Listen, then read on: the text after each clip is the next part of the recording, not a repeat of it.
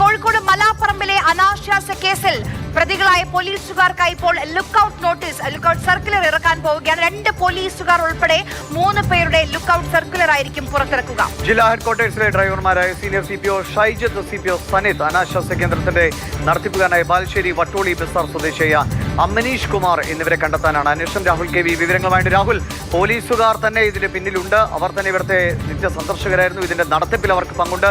ഇവരുമായി സാമ്പത്തിക ഇടപാടുകൾ നടന്നു എന്നതെല്ലാം നമ്മൾ കണ്ടതാണ്. അതിനെക്കുറിച്ചുള്ള വിവരങ്ങളൊക്കെ പോലീസിന് കിട്ടി. എന്ത് സൂചനയാണ് പോലീസുകാരെ കണ്ടെത്താൻ ലുക്കൌട്ട് സർക്കുലർ തന്നെ പുറപ്പെടുവിക്കേണ്ട സാഹചര്യം ഉണ്ടായി?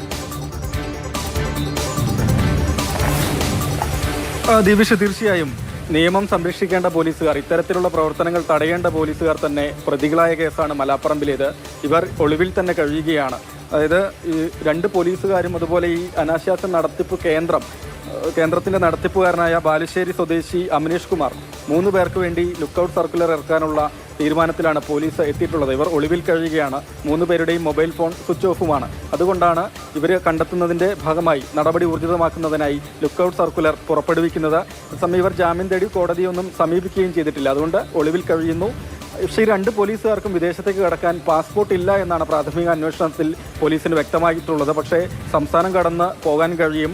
അതൊക്കെ തടയുന്നതിന്റെ ഭാഗമായാണ് ലുക്കൌട്ട് സർക്കുലർ എന്നാണ് പോലീസ് പറയുന്നത്. ഈ 2 പേർക്കും ഇതിന്റെ ഈ അനാശാസ്യ കേന്ദ്രത്തിന്റെ നടത്തിപ്പിന് 2 പേരും സഹായിച്ചവരാണ്.